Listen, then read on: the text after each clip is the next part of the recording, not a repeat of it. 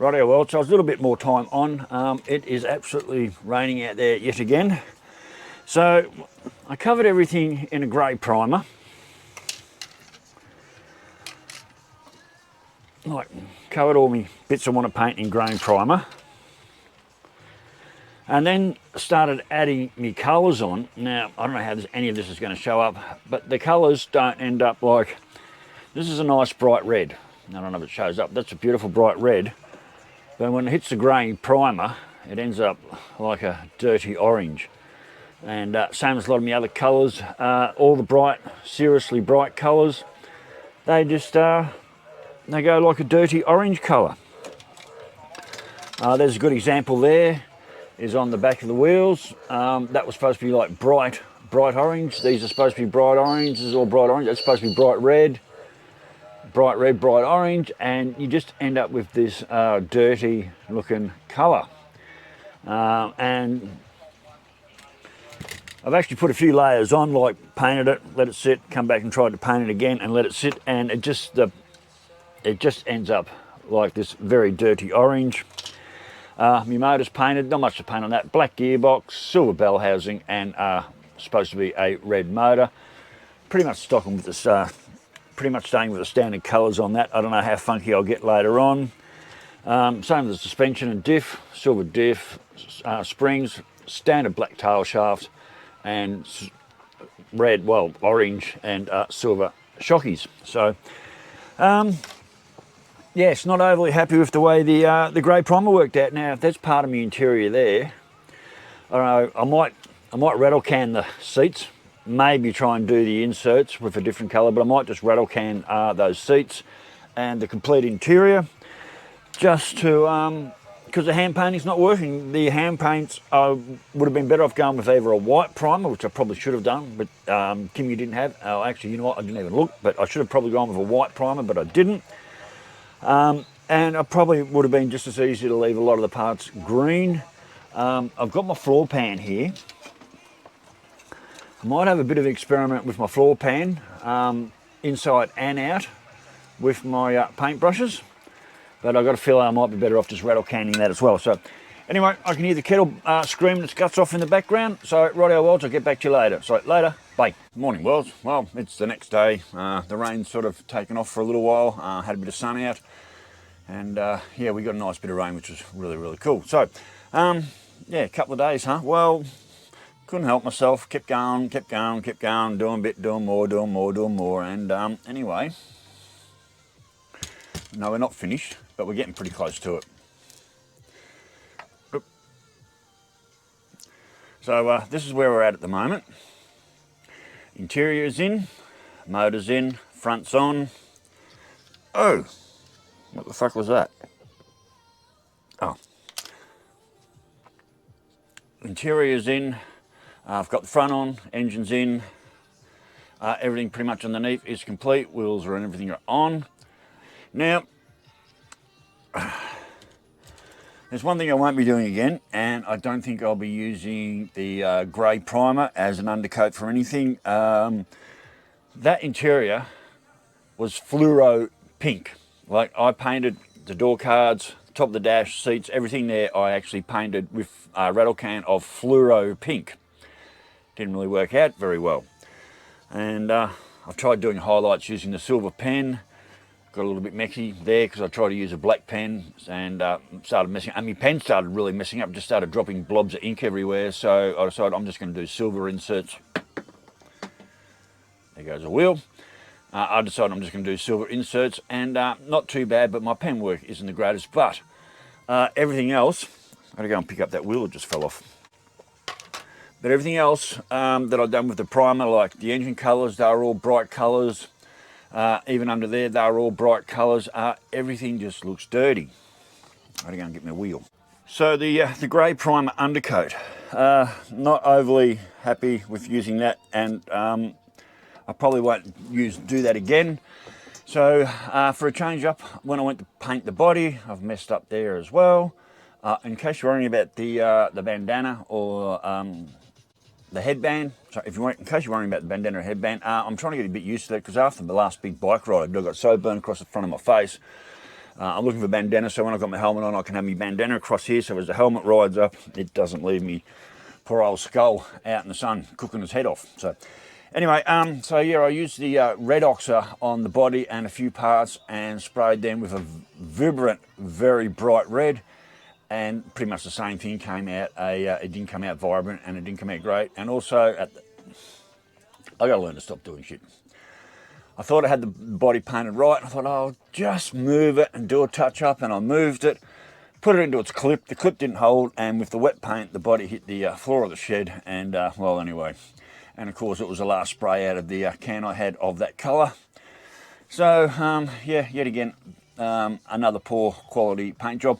But the red oxy underneath and the grey oxy primers underneath certainly did not help my paint at all. I probably would have been better off just leaving this as a green model, but well, then again, not necessarily. I still reckon that looks pretty cool in there, even though the colours aren't what they should be. And I like to paint my engines up and everything, even though no one ever sees them. And I always tend to do pretty full-on underneaths, like, you know, like orange and bright red running gear. But everything just looks dirty because of the primer I use. So.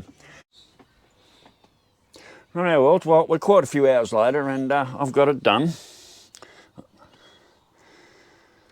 Very fragile, but it's done, and it also looks very, very dirty. Not overly happy with my end result. Not the kit's fault this time, more mine. Big fingers, gluey fingers, and using crap-ass paint. That's what happens. So, anyway, and I'm not overly happy with the way I got my decal on, but I did actually get them on. I'll just push the bonnet off here for a minute. So that's it with the engine in. I've just got to be really careful. The front wheel, where they've got their front suspension set up, this one just kept falling out. I've glued it in like 3 times, but this wheel has a habit of just falling out of its suspension setup. A lot of the marks, a lot of the joining marks, not very good. Somewhere along the line, I lost a part of the front bumper. That's somewhere in here, in amongst all the rubbish on the ground. What is that? Mirrors. So yeah, anyway, she's done. Look, there, she's done. Overall, not a too bad a kit. So here's our little general walk around, so to speak. I've got a front number plate on there. The front turned out really crappy, a lot of glue marks. This wheel is being a real problem, and I don't know if you can see that, but as I cut it out of the tree, this whole part of the wheel, it just broke. So yeah, anyway, we'll throw the bonnet on. No bonnet hinges. So that's how she looks with the bonnet on. I do actually like the interior. I don't know if you can see in there. I didn't do too bad a job with the interior. Probably can't see because of the light. Didn't do too bad a job with the interior. So that's our 1970s CAMARO, like the Monaro, but she's a CAMARO. We don't say Monero, we say Monaro. So this is a CAMARO, not a Camaro. So yeah, not overly happy with my decals, but I did actually get them on. I could have gone white or black, but I went with black. I didn't trust myself putting the whites on. Oops. I didn't trust myself putting white on, so I went with black. And God knows why I went for pink mirrors, but I did. So there we go, Wells. That's the last of the 4 Frank models done. The CAMARO, there she is. Still a little bit fragile.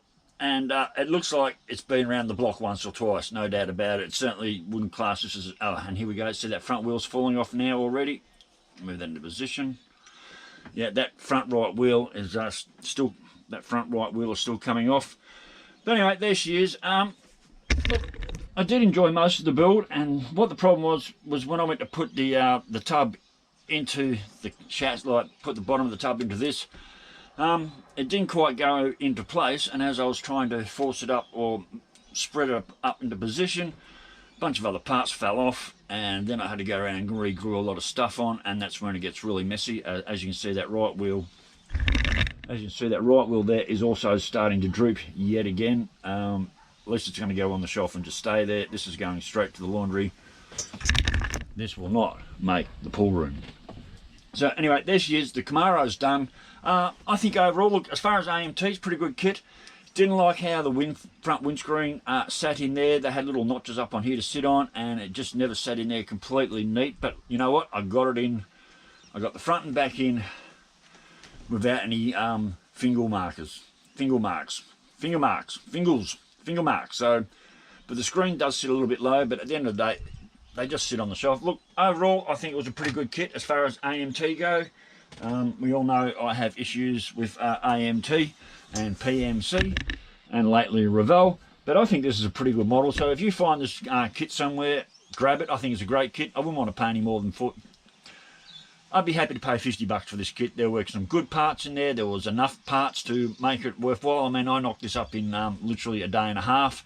Most of that was waiting around for paint to dry, and I think a lot of the problem was too that because it's been so damp and so humid and just so sticky that none of the paint really dried.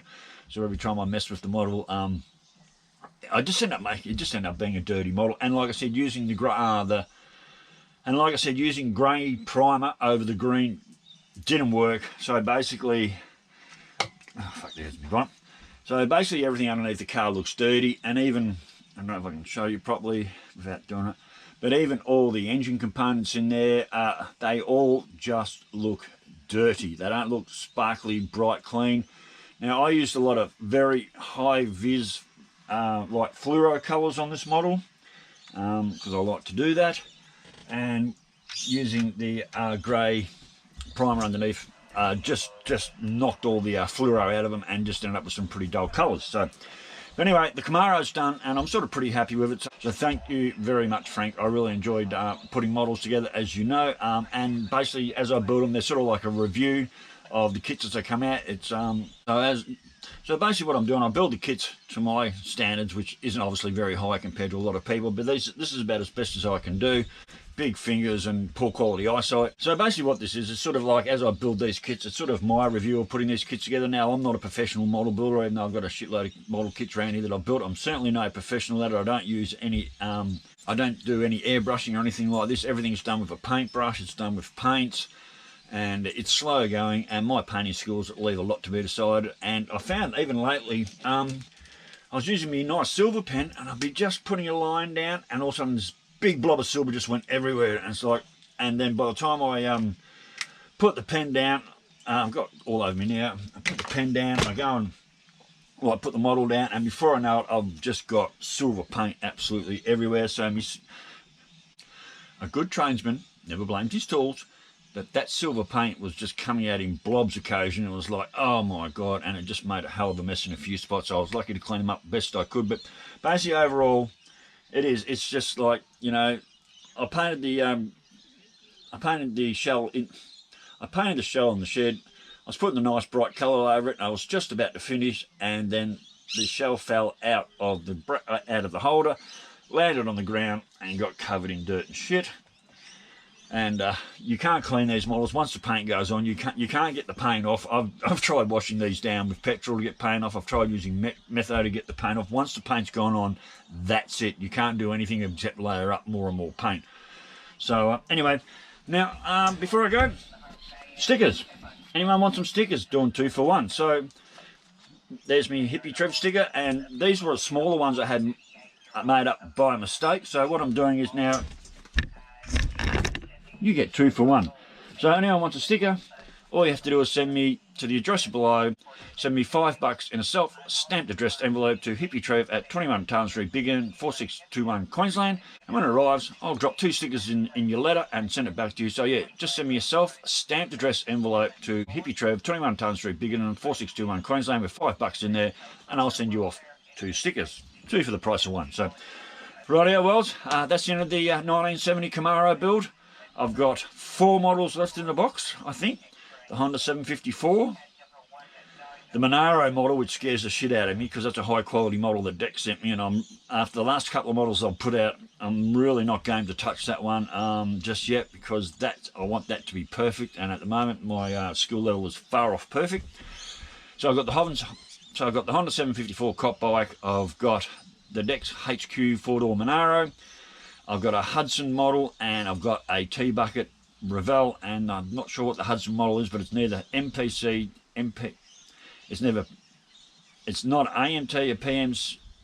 It's not an AMT, it's not an MPC, and it's not a Revell model. It's made by something else I've never heard, and it's quite a heavy box, so I reckon there'll be a lot of parts in there. So it's the mighty Hudson. So 4 models left to go out of what did I have here? I think I had close to 20 odd kits here. And yeah, they're all pretty much done, down to the last 4. So anyway, don't forget, two for the price of 1 stickers. Send a self-stamped addressed envelope with $5 in it to Hippy Trev, 21 Tarn Street, Biggin, 461 Queensland, and I will send you 2 stickers for the price of $5.